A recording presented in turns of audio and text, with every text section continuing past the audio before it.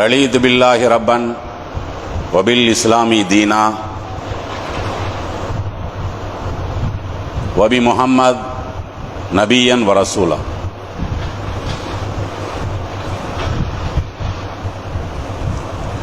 பகது கால் அல்லாஹு தஆலா ஃபில் குர்ஆனில் அலீம் வஃபி மஹ்கமி தன்சீலிஹில் கதீம். அஊது பில்லாஹி மினஷ் ஷைத்தானிர் ரஜீம். பிஸ்மில்லாஹிர் ரஹ்மானிர் ரஹீம். ثمانية أزواج من اللأن اثنين ومن المعز اثنين قل الذكرين حرم أم الأنثيين أما اشتملت عليه أرحام الأنثيين نبئوني بعلم إن كنتم صادقين. அன்பினிய இஸ்லாமிய சொந்தங்களே, தாய்மார்களே, சகோதர சகோதரிகளே,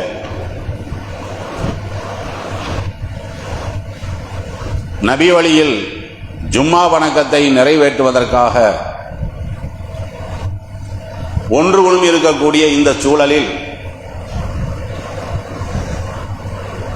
எதிர்வர இருக்கின்ற இஸ்லாமிய மாதம் புனிதமான துல்ஹஜ் மாதமாக இருக்கிற காரணத்தினால் அந்த மாதத்திலே குர்பானி என்ற அமலை இஸ்லாமிய மார்க்கம் நெறிமுறைப்படுத்தி இருக்கிற காரணத்தினால் அது சம்பந்தமான சில செய்திகளை நினைவு கூறுவதுதான் அவசியமானதாகவும் பொருத்தமானதாகவும் அமைந்திருக்கிறது. ஏனென்றால் உலகிலே வாழ்ந்து கொண்டிருக்கக்கூடிய முஸ்லிம் சமுதாயத்தை பொறுத்தவரை ஏக இறைவனால் வழங்கப்பட்ட மாதங்களில் 4 மாதங்கள் சிறப்பு வாய்ந்தது என்ற அளவிற்கு மாத்திரம் மேலோட்டமான முறையிலே அவர்கள் அறிந்து வைத்திருக்கிறார்களே தவிர 4 மாதங்களை அல்லாஹ் சிறப்பாக்கி வைத்திருக்கிறான் என்று சொன்னால் அந்த 4 மாதங்களுக்கான சிறப்பிற்குரிய காரணம் என்ன? அந்த மாதங்களிலே நமது செயல்பாடுகளை எந்த முறையில் அமைத்துக் கொள்ள வேண்டும் என்பதையெல்லாம் தெளிவான முறையிலே அறிந்தவர்களாக இருக்கிறார்களா என்றால் நிச்சயமாக இல்லை. அதனால்தான் சங்கை மிகுந்த ரமலான் மாதத்திற்கு எந்த அளவிற்கு முஸ்லிம் சமுதாயத்தவர்கள் முக்கியத்துவம் வழங்குகிறார்களோ, ஆர்வத்தை வெளிப்படுத்துகிறார்களோ, அதுபோன்ற ஒரு ஆர்வத்தை ஏனைய சிறப்பிற்குரிய மாதங்களிலே வெளிப்படுத்துவதே கிடையாது. சொல்லப்போனா முஸ்லிம் சமுதாயத்தில் நிறைய பேத்துக்கு அப்படியெல்லாம் ஒரு மாதம் இருக்கிறது அப்படின்னு கூட தெரியாது. இப்போ ரமலான் மாதத்தை நம்ம சிறப்பிற்குரிய மாதம்னு சொல்றோம் பார்த்தீங்களா? அந்த ரமலான் மாதத்திலேயே சிறப்புகள்ல படித்தரம் இருக்கிறது. ரமலான் மாதம் சிறந்த மாதம் என்று சொல்லும் பொழுது அந்த ரமலான் மாதத்தினுடைய பிந்திய 10 நாட்கள் இருக்கு பார்த்தீங்களா, அது ரொம்ப ரொம்ப சிறந்ததுன்னு நம்ம விளங்கி வச்சிருக்கிறோம்.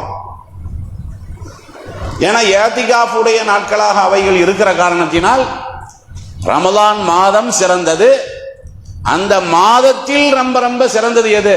லாஸ்ட் 10 நாள் நம்ம விளங்கி வச்சிருக்கிறோமா இல்லையா? சிறப்பிற்குரிய நிகழ்ச்சிகளை எல்லாம் நம்ம ஏற்பாடு பண்றோமா இல்லையா? அதே மாதிரிதான் அல்லாஹ் துல்ஹஜ் மாதத்தை பத்தியும் சொல்றான். ரமலான் மாதத்தில் எப்படி 10 நாட்களை நீங்கள் மேன்மைக்குரிய நாட்களாக கருதுகிறீர்களோ அதுல கொஞ்சம் கூட என்ன செய்யல அல்லாஹ் இறக்கி சொல்லவே இல்லை. திருமறை குர்ஆன்லயே அப்படி இருக்கிறது. வல் ஃபஜ்ரி, ஃபஜ்ர் நேரத்தின் மீது சத்தியமாக, வலயாலின் அஷ்ரின், 10 இரவுகளின் மீது சத்தியமாக.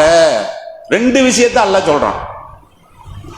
ஒண்ணு, எப்படி இந்த தொழுகையில ஃபஜ்ர் தொழுகை இருக்குது பாத்தீங்களா, அதிகாலை, அது எப்படி சிறந்ததோ அதே மாதிரி 10 இரவு சிறந்ததுங்கிறான்.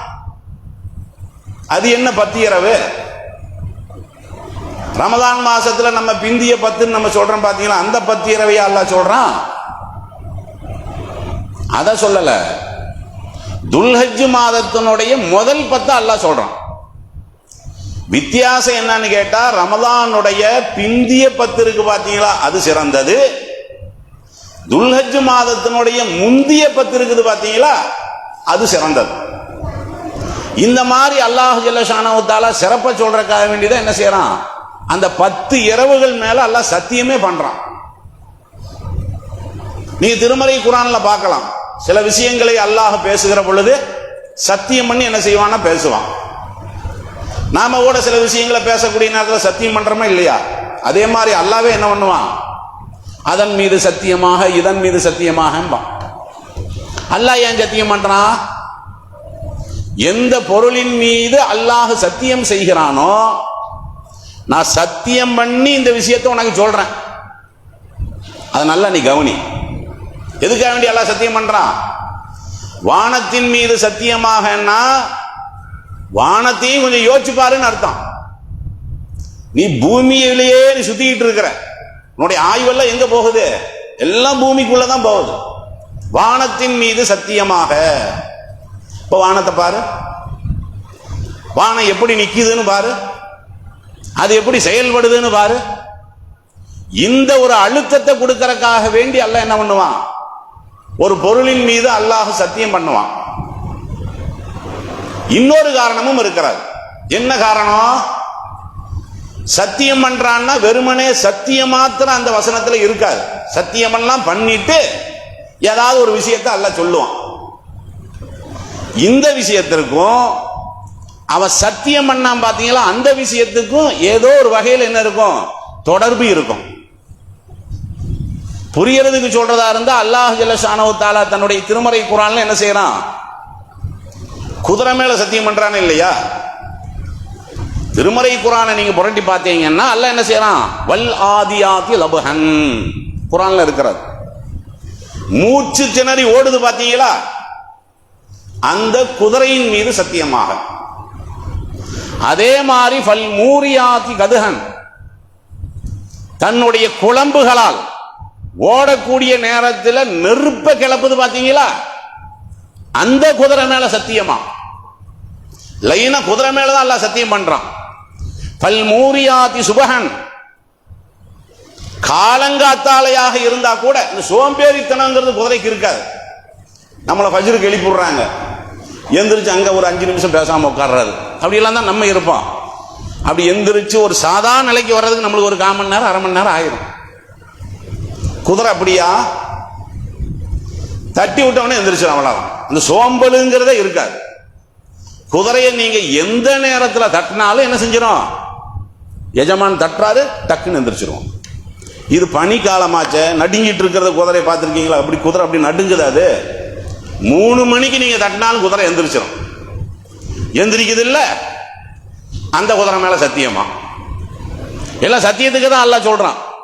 அதே மாதிரி ஃபஸர்ன பிஹி நகஅன், ஓடும் போது புழுதியை கிளப்புது பாத்தியா, அது ஓடுச்சுன்னா டக்கு டக்கு டக்கு டக்குன்னு ஓடுது பாத்தீங்களா, புழுதி எல்லாம் அப்படி கிளம்புது.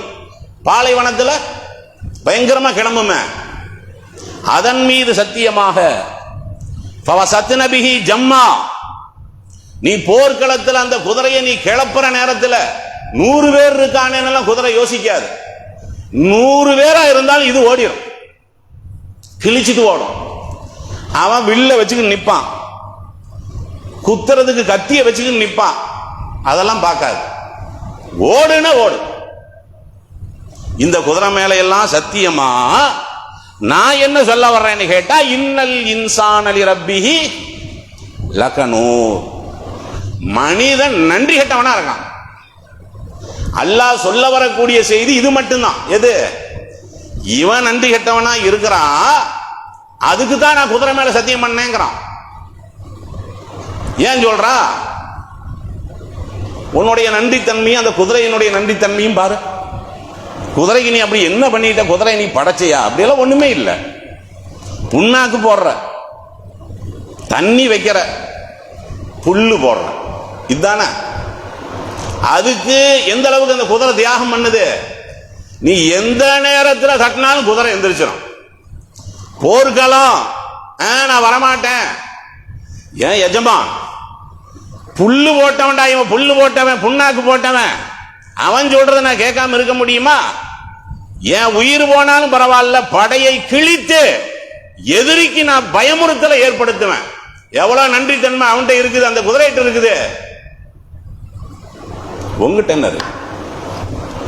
உனக்கு நான் செய்யாத லிஸ்ட மட்டும் நீ சொல்லு. நாம என்ன கேட்போம்னா, நீ செஞ்ச லிஸ்ட கொடுன்னு கேட்போம். நம்ம அல்ல என்ன கேட்கிறான்?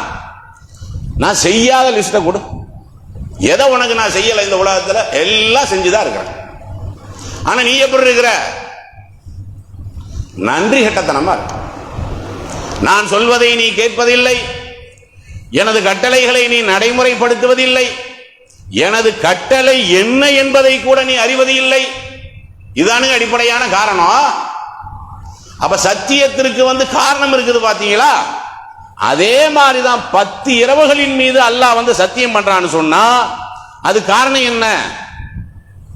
துல்ஹஜ் மாதத்தினுடைய 10 இரவு இருக்குத, முதல் பிற ரமதானுக்கு மட்டும் பிறைய பார்த்துக்கிட்டே இருந்தா சரியாவாது. துல்ஹஜ் நாள் வரப்போகுது, முதல் பிறையப்போ, முதல் பிறையப்போ. என்னைக்காவது இதை பத்தி நம்ம கேட்டிருக்கிறோமா? பெருநாளுக்கு உட்காந்து கேட்டுக்கிட்டு இருப்போம். ரமதான்ல பாத்தீங்கன்னா முதல் பிறைக்கு என்ன செய்வோம்? பிற தெரிஞ்சுதுங்களா? உங்க ஊர்ல தகவல் உண்டா? கேட்டோம்ல. துல்ஹஜ்ஜுக்கு அந்த மாதிரி எங்கேயாவது கேட்டிருக்கிறாங்களா? பிற தெரிஞ்சுதான் கேட்டிருக்காங்களா? ஏன் கேட்கல? டம்மி. துல்ஹஜ் மாதங்கிறது டம்மி. நாம் அப்படி புரிஞ்சு வச்சிருக்கிறோம். டம்மியா விளங்கி வச்சிருக்கிற காரணத்தினால நாம் என்ன செய்யல? துல்ஹஜ் மாதத்துல கவனமே செலுத்தலையே. நீ கவனமே செலுத்தலைன்னா நீ என்ன அல்லாஹ்வுடைய கட்டளை நீ அந்த 10 நாளில் நிறைவேற்றி இருப்பாய். வாழ்நாள நாசமாக்குறதே தான் வேலை. நாளைக்கு செய்வோம், நாளைக்கு செய்வோம், நாளைக்கு செய்ய. நீ வாலிபத்துல செய்யாம பல்லு போன கிழவனானதுக்கு பின்னாடியே நீ செய்ய போற. இப்பவே நீ செய்யல, செய்யறதுக்கு நீ ஆர்வப்படல. இனி எப்ப 70 வயசுல 80 வயசுலயா? உண்மை இல்லையாங்க? பெருமானார் ஸல்லல்லாஹு அலைஹி வஸல்லம் அவர்கள் சொல்றாங்க, மாமின் ஐயாமின் மின் அஅலமு இந்தல்லாஹி சுப்ஹானஹு. அல்லாஹ் சிறப்பாக்கிய நாட்களிலே ரொம்ப ரொம்ப சிறப்பான நாட்கள் எதுன்னு கேட்டீங்கன்னா இந்த 10 நாள். ரசூலுல்லாஹ் சொல்றாங்க, ஒரு வருஷத்துல சிறப்புக்குரிய நாள் எல்லாம் இருக்குது பாத்தீங்களா? அது எல்லாத்திலையுமே சிறப்புக்குரிய நாள் எதுன்னு பாத்தீங்கன்னா இந்த 10 நாளுங்கிறான். இந்த லிஸ்ட்ல கூட ரம்ஜானை கொண்டு வரல அல்லாஹ். அல்லாஹ்வுடைய தூதர் எதை சொல்றாங்க? இந்த 10 நாள் தான் அல்லாஹ்வுக்கு ரொம்ப ரொம்ப பிடித்தமானதான், சிறந்த நாளாம். அதை சொல்லிட்டு சொல்றாங்க, வலா ஹப்பு இலைஹில் அமலு ஃபீஹின்ன. இந்த நாளில் நீங்கள் செய்யக்கூடிய அமல் இருக்க அந்த மாதிரி அல்லாஹ் வேற எதையும் விரும்பவும் மாட்டான். நீ துல்காதாலும் ஒரு காரியத்தை பண்ற, தான தர்மத்தை பண்ற ரபீஉல் அவ்வல் மாசத்துல, அதை விட அல்லாஹ் எதுல தான் விரும்புறான்? துல்ஹஜ் மாசத்துல நம்ம பண்ணும்போது அதை அல்லாஹ் ரொம்ப ரொம்ப அதிகமாக, குறிப்பா இந்த 10 நாளை குறிப்பிட்டு என்ன செய்யறாங்க? பெருமானார் ஸல்லல்லாஹு அலைஹி வஸல்லம் சொன்னாங்களே இல்லையா? இது புது நபி மொழியாங்கிறான். இது நீங்க எந்த புகாரியில ரமதான் மாதத்தினுடைய சிறப்பை பார்க்கிறீங்களோ அந்த புகாரியில தான் இதுவும் இருக்குது. எந்த குர்ஆன்ல ரமதான் மாதம் சிறந்த மாதம் நீங்க படிக்கிறீங்களோ அந்த குர்ஆன்ல தான் இந்த 10 இரவை பத்தி இருக்கிறது. என்ன முக்கியத்துவம் கொடுத்தோம்? சஹாபாக்கள் எந்த அளவுக்கு முக்கியத்துவம் கொடுத்தாங்க? வரலாறையெல்லாம் நீங்க புரட்டி பாருங்க. நபிகள் நாயகம் ஸல்லல்லாஹு அலைஹி வஸல்லம் அவர்களுடைய தோழர்கள்ல சயீத் இப்னு ஜுபைர் கேள்விப்பட்டிருக்கீங்களா இல்லையா? இதா தகலத்தில் அஸர், துல்ஹஜ் மாதத்தினுடைய 10 இரவுகள் வந்துவிட்டது என்று சொன்னால் முதல் பிறைய ஆரம்பிச்சிருச்சு. இஜ்தஹத இஜ்திஹாதன் ஹத்தா மா யகாது யக்துரு அலைஹி. எங்களுக்கு எந்த அளவுக்கு சக்தி இருக்குதோ அந்த அளவுக்கு என்ன செய்வோம்? நாங்க அந்த 10 நாளில் நாங்கள் கவனம் செலுத்துவோம். மற்ற நாள்ல எல்லாம் நாங்க அந்த அளவுக்கு முக்கியத்துவம் கொடுக்க மாட்டோம். ஆனால் இந்த துல்ஹஜ் மாதம் 10 நாள் வந்துருச்சுன்னு சொன்னா ரொம்ப கஷ்டப்பட்டு என்ன செய்வோம், இபாதத்தில் ஈடுபடுவோங்கிறாங்க. சொன்னாங்களே இல்லையா? அதே மாதிரி லா துத்ஃபியூ சுர்ஜுக்கும் லயாலியல் அஸர், துல்ஹஜ் மாதத்தினுடைய அந்த 10 இரவுகள் வந்து விட்டால் உங்களுடைய இல்லங்களின் விளக்குகளை அணைத்து விட வேண்டாம். நைட்டு நேரம் விளக்க நம்ம என்னதுக்கு அணைப்போம்னா தூங்குறது தான் அணைப்போம். துல்ஹஜ் மாசம் வந்துருச்சா, குறிப்பா இந்த 10 நாள் வந்துருச்சா, வீட்டில் விளக்க நீ ஆஃப் பண்ணிடாத. ஏன்? இபாதத்தில் ஈடுபடுங்க. அந்த அமைதியா இருக்கணும். தம்பி அமைதியா இருக்க சொல்லுங்க, பையன் பேசிட்டு இருக்கான், அமைதியா இருக்கணும், பேசக்கூடாது அப்படிலாம். அப்ப நபிகள் நாயகம் ஸல்லல்லாஹு அலைஹி வஸல்லம் அவர்களுடைய தோழர் என்ன பண்றாங்க, விளக்க நீங்க அணைக்காதீங்க. இந்த பரம்பரையில தானே நம்ம வந்தோம், சஹாபாக்களுடைய வழியில தானே நம்ம வந்திருக்கிறோம். இப்படியெல்லாம் சஹாபாக்கள் சொன்னாங்க அப்படிங்கறதையாவது நம்ம விளங்கி வச்சிருக்கிறோமா? நம்மளுக்கு உள்ளது ஒண்ணு என்ன, துல்ஹஜ் மாசமா ஆடை பிடி, மாடை பிடிச்சாச்சா, இதுதான். இதை விட்டா என்னது, அப்படி பெருநாளுக்கு அப்படி வெள்ளையும் சொல்லையுமா என்ன செய்வாரு, அந்த ஈதுகா தடல வருவார், முடிஞ்சு போச்சு, அவ்வளவுதான். அங்க வந்து 4 தக்பீரை போட்டாருன்னு வைங்களேன், துல்ஹஜ் மாசம் எல்லாம் முடிஞ்சு. அல்லாஹு அக்பர் அல்லாஹு அக்பர் பாக்குறீங்களா இல்லையா? இதுதானா ரசூல் ஸல்லல்லாஹு அலைஹி வஸல்லம் அவர்கள் அந்த 10 நாளுடைய சிறப்பை சொன்னாங்கல்ல, அப்படி சிறப்பை சொல்லும் போதே நபிகள் நாயகம் அவர்கள் சொன்னது என்ன, ஃபக்ஸிரு ஃபீஹின்ன மினத் தஹ்லீல். 10 நாளில் நீங்கள் செய்யக்கூடிய அமல்கள்ல ஒண்ணு என்னன்னு கேட்டா தஹ்லீல் பண்ணுங்க, ரசூலுல்லாஹ் சொன்னார். அதே மாதிரி தக்பீர், 10 நாள்ல நீங்க செய்யக்கூடிய அமல் தக்பீர். தக்பீர்னா என்னன்னு நம்மளுக்கு தெரியும். அல்லாஹு அக்பர் என்ன செய்யறது, அதிகமா சொல்லிக்கிட்டே இருக்க வேண்டியதுதான். தஹ்மீத் அல்ஹம்துலில்லாஹ் சொல்லிக்கிட்டே இருக்க வேண்டியதுதான். தஹ்லீல் மட்டும், தஹ்லீல்னா என்னது, தஹ்லீல் தஹ்லீல், தக்பீர்னா அல்லாஹு அக்பர், தஹ்மீதுனா அல்ஹம்துலில்லாஹ். தஹ்லீல் சொல்லுங்கன்னு என்ன அர்த்தம், லா இலாஹ இல்லல்லாஹ். தஹ்லீல்னா என்னது சொல்லுங்க, என்னது சொல்லுங்க, லா இலாஹ இல்லல்லாஹ். ஜும்மாங்கிறது இது ஒரு பாடசாலை, தூங்குற சாலை இல்ல, நேரத்தை போக்குகிற சாலை இல்ல, உன்னுடைய ஈமானை செதுக்குகிற சாலை. சினிமா தியேட்டர் கிடையாது, படத்தை ஓட்டி நீ ரசிச்சுக்கிட்டு அப்படியே போறது. இது சினிமா தியேட்டரா இறை இல்லம் என்பது? இறையச்சம் உன்னுடைய உள்ளத்துல வளரணும். அப்படி வளருவதாக இருந்தால் மார்க்க என்ன சொல்லுதுங்கிறத நீ தெரியணும். அப்படி தெரியறதா இருந்தா உன்னிப்பா நீ கவனிக்கணும். அதான ஜும்மா மேடைங்கிறது.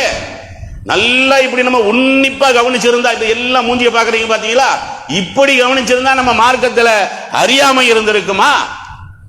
இந்த துல்ஹஜ் மாதத்தினுடைய சிறப்பையே நம்ம புரியாம இருந்திருப்போமா?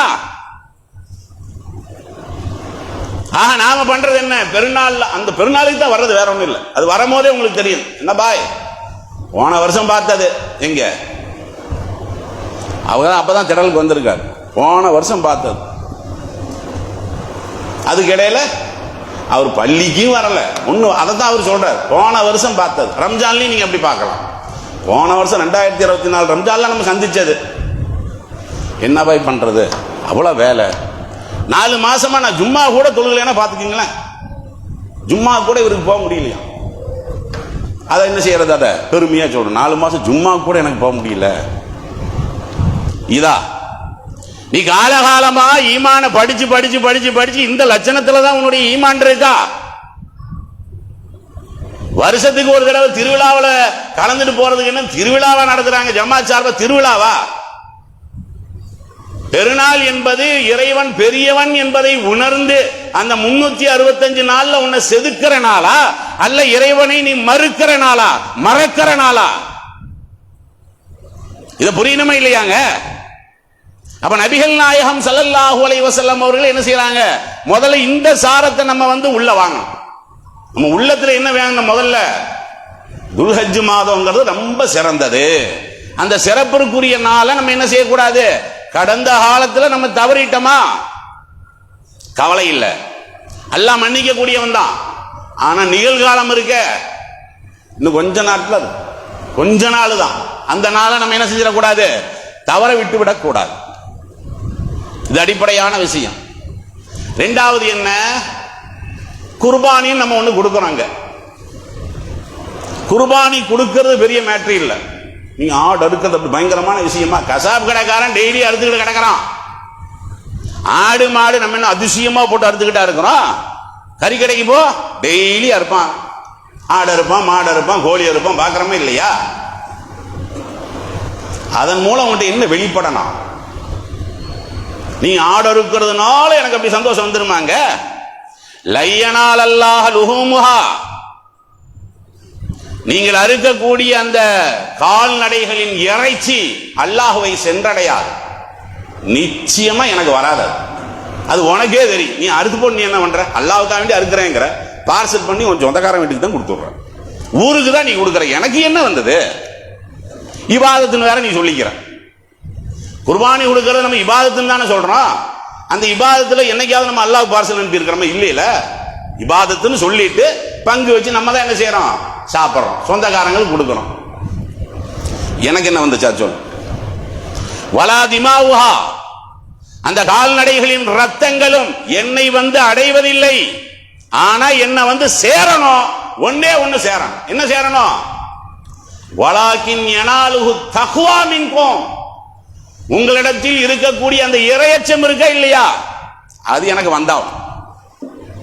நீ ஆடு அறுத்தாலும் சரிதான், மாடு அறுத்தாலும் சரிதான், கூட்டு குர்பானியில நீங்க பங்காளராக இணைந்தாலும் சரிதான், எனக்கு நீ என்னத்தை அனுப்பிச்ச? தக்வாவை அனுப்பணுமா இல்லையா? அந்த படிப்பினையை பெறணுமா இல்லையா? கத்திய தூக்கி அறுக்கும் போது உங்களுக்கு அந்த சிந்தனை வரணுமா இல்லையா? ஏன் அறுத்தார்? இப்ராஹிம் அலைஹிஸ்ஸலாத்து வஸ்ஸலாம் அவர்கள் ஏன் அறுத்தாங்க? எதனால் அறுத்தாங்க? அப்படிப்பட்ட ஒரு கட்டம் வந்தா நீ தயாரா இருப்பியா? 5 நிமிடம் தொழுகைக்கு நேரத்தை ஒதுக்குவதற்கு நீ யோசிக்கிற. குர்பான் தியாக பெருநாள். தியாக பெருநாள் வார்த்தையில் நம்ம சொல்ல, நம்ம என்ன தியாகம் பண்ண அதை சொல்லு. தியாக பெருநாள் தான். நீங்க என்ன தியாகம் பண்ணீங்க? தியாக உணர்வை நீங்க என்ன ஏற்படுத்தி வச்சிருக்கிறீங்க? அதானுங்க தக்குவாங்கிறது. இன்னைக்கு அதெல்லாம் அடிபட்டு போச்சு. குர்பானிலும் என்ன ஆகி போச்சு? எல்லாம் பெருமை தான். குர்பானி விஷயத்துல கூட அந்த ஜமாத்துல 10 மாடு, நம்ம ஜமாத்துல 15 மாடு நிச்சயமா நம்ம அறுப்போம். இந்த வருஷம் அடுத்த வருஷம் நம்ம என்ன செய்வோம்? 15 மாட்டை நம்ம அறுத்துருவோங்கிற எல்லாம் பெருமைக்கு தான் போயிட்டு இருக்கிற. அடிபற்றும் இல்ல, அடிபற்றும் இல்லைங்கிற. நீ கூட ஈரோடு மாவட்டத்தில் பார்க்கலாம், அந்த ஆடு, அந்த செம்மறி ஆடெல்லாம் அறுப்பாங்க. அறுத்துட்டு இந்த கொம்பு இருக்கு பாத்தீங்களா, அந்த கொம்பை நல்லா குடஞ்சு எடுத்து அதை நல்ல கெமிக்கல் எல்லாம் போட்டு வீட்டில் மாட்டி வச்சிருப்பாங்க. தியாகியம் அவர், வேற ஒன்றும் இல்லை. 10 இது வந்து 2000 இந்த கொம்பு, அது 2001 உள்ளது. எங்க வாப்பா அதை அறுத்தார், இது அவர் அறுத்தார், இந்த இதை அவர் அறுத்தார். பெருமை இதுக்கா? அப்ப குர்பானி என்பதை அல்லாஹ் ஜல்ல ஷானஹு தஆலா எந்த தத்துவத்திற்காக வேண்டி நம்மளுக்கு வழங்கினானோ அந்த பாட வேணுமே இல்லையா? இன்றைக்கு அது அடிபட்டு போச்சுங்க. எவ்வளவு அறுக்கிறோங்கிறது தான். அதனால இந்த கூட்டு குர்பானி நீங்க பாக்குறீங்களா இல்லையா? இப்ப ஒரு ஆளுக்கு நல்ல வசதி இருக்கு. நான் நினைச்சா ஒரு மாடையே என்னால கொடுக்க முடியும், முழு ஆட்டையே எனக்கு கொடுக்க முடியும்னா அவரை கொண்டு போய் என்னதுக்கு கூட்டு குர்பானி சேர்த்துறீங்க? கூட்டு குர்பானிங்கிறது யாருக்கு உள்ளது? மாடா இருந்தா 7 பேர் சேர்ந்தாருங்க, ஒட்டகமா இருந்தா 7-10 பேர் கூட சேர்ந்துக்கலாம். ஒட்டகத்துல யாரெல்லாம் கூட்டு குர்பானியில் இணைஞ்சிருக்கிறாங்களோ அவங்கள பாருங்க. பெரும்பாலானவர்கள் நீங்க பாருங்க, அவர் நினைச்சா முழு மாட்டையே கொடுக்கலாம், அவர் நினைச்சா ஒரு ஒட்டகத்தையே கொடுக்கலாம். இருந்தாலும் என்ன பண்ணுவாரு? நம்மளுக்கு ஒரு பங்கை போட்டுருங்க, காசை மட்டும் ஒப்படைக்கிறது. இவ இபாதத் என்ன? என்னமா அல்லாஹ் வந்து பிச்சை எடுத்து அப்படி வந்த மாதிரியும் 5000 சரி சரி முடிஞ்சு போச்சு. அந்த ஜமாத் அங்க ஒரு 2500 என்ன? வல்லாஹுல் கனியு வ அன்துமுல் ஃபுகரா. டேய், நான் எல்லா தேவையும் அப்பாற்பட்டவன், நீ பிச்சைக்கார. நீயே எனக்கு பிச்சையா போடுற. நீயே இபாதத்தை இபாதத்து மாதிரி பார்க்கணும், இறையச்சமா இருக்கணும். இங்க என்ன இன்னைக்கு நம்ம பார்க்கிறோமே இல்லையாங்க? ஒரே விளம்பர மயம்தான். உனக்கு சக்தி இருக்கா இல்லையா? முழு ஆடை நீ கொடுக்கணும் இல்ல? முழு மாடையை கொடுக்குற உனக்கு வன்மை இருக்கு, போ போய் கொடுப்போம். அதுக்கெல்லாம் கூட்டு குர்பானி இல்லை. அப்படி நம்ம என்னைக்கா சொல்லி இருக்கிறோமா? இல்லை. நம்மளா தேடி தேடி தேடி தேடி என்ன செய்யறது, அது பிடிக்கிறது. காரணம் என்ன? எல்லாம் பெருமை தான், வேற ஒன்றும் இல்லை. விளங்குதுங்களா? இது விமர்சனம் பண்ணக்கூடிய கருத்து போல் தோன்றலாம், ஆனால் இது விமர்சனம் இல்ல. மக்கள் தன்னுடைய நிலைமை என்ன செய்யணும், மாற்றிக்கொள்ளணுமா இல்லையா? அதனால இது மாதிரியான சில அறியாமை என்ன இருக்குது முஸ்லிம் சமுதாயத்தில் குர்பானி விஷயத்தில் இருக்கிறார். அதே மாதிரி குர்பானி விஷயத்தில் அறியாமை, இன்னொரு அறியாமை என்ன, கொடுத்தா காலமாட்டை தான் நம்ம கொடுக்கிறது. பெண் மாடுகளை எல்லாம் நம்ம கொடுக்க கூடாதுன்னு விளங்கி வச்சிருக்கிறோம். கொடுத்து தான் ஆகணுங்கிறதெல்லாம் கிடையாது.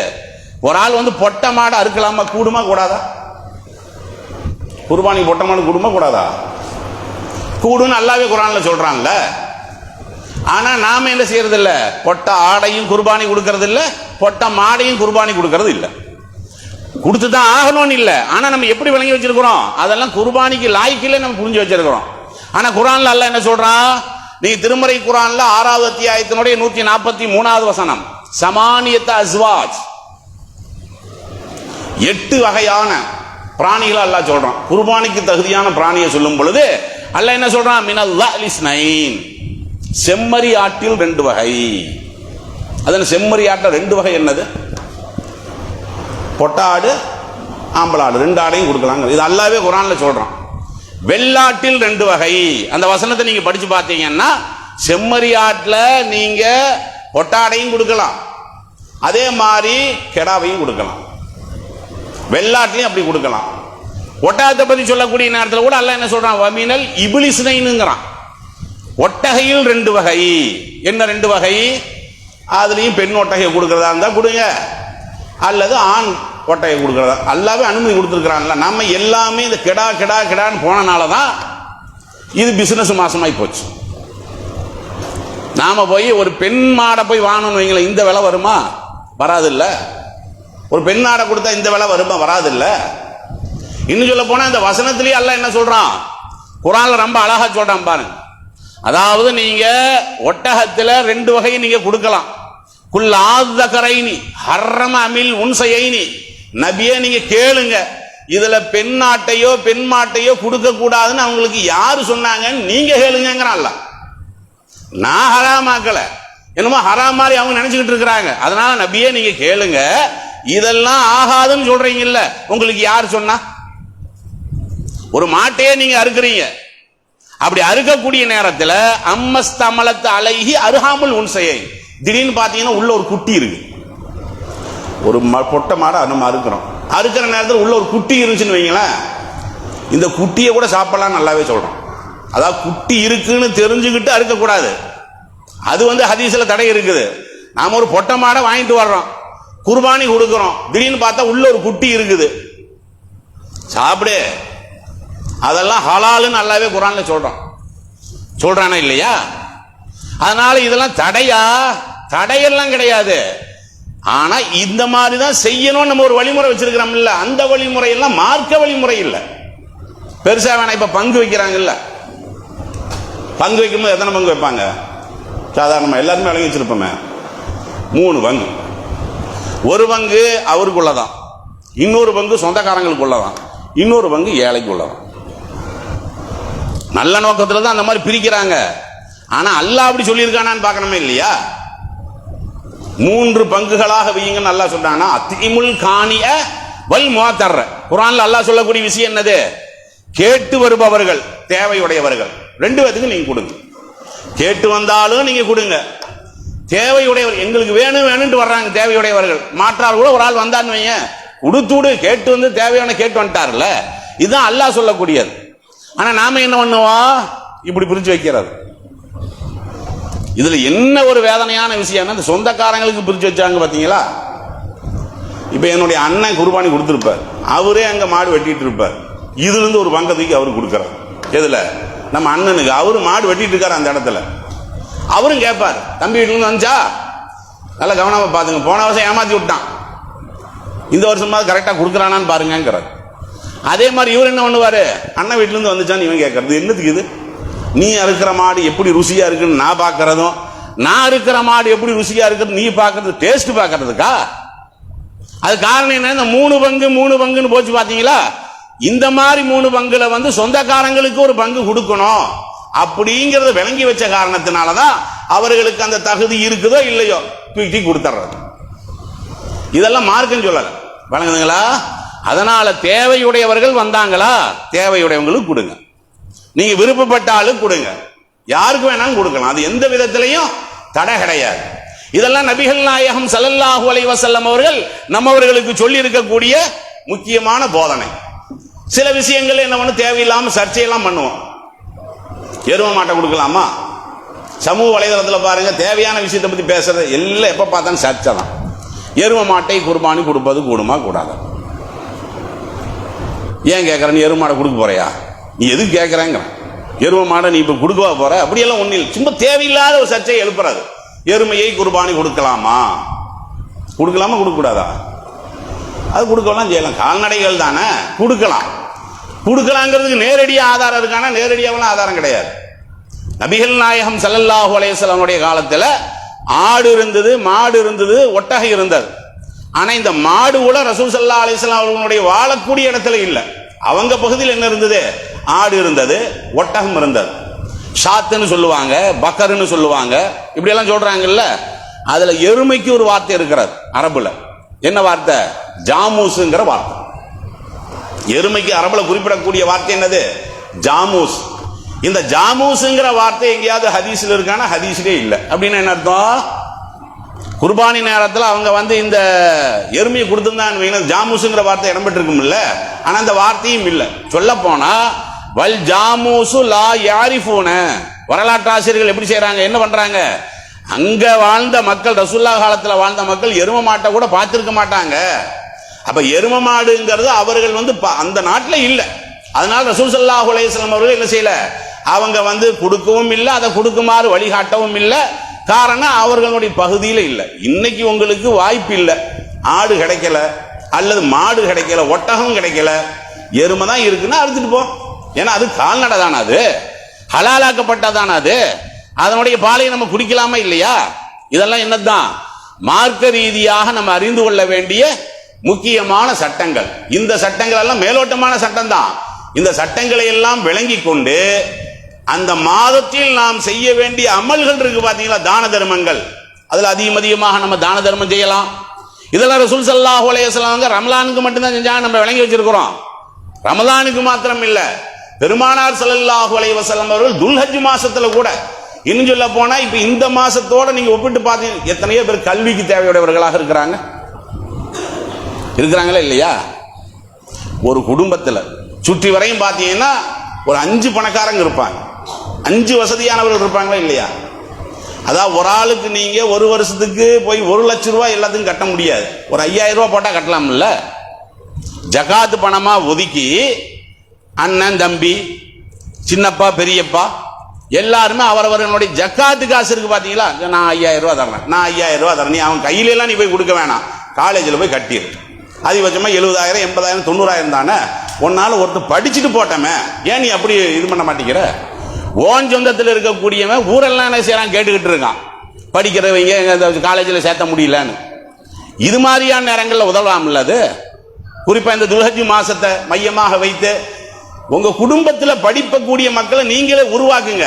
அவங்க எல்லாம் சும்மா பள்ளிவாசல போய் கேட்கிற மாதிரியும் ஒவ்வொரு இடத்துலையும் போய் அங்க சென்டர் இருக்கா இங்க சென்டரா எல்லாம் அனுபவத்திலையும் இருக்குல்ல, அந்த நிலைமையெல்லாம் உண்டாக்க கூடாது. விளங்குதுங்களா? அதனால நன்மைகளை அதிகமாக செய்ய வேண்டிய மாதம் துல்ஹஜ் மாசம். அந்த மாதத்தில் இது மாதிரியான விஷயங்களையும் நடைமுறைப்படுத்தக்கூடிய நன்மக்களாக மாற முயற்சிப்போமாக என்ற அறிவுரையோடு முதல் உரையை நிறைவு செய்யும்.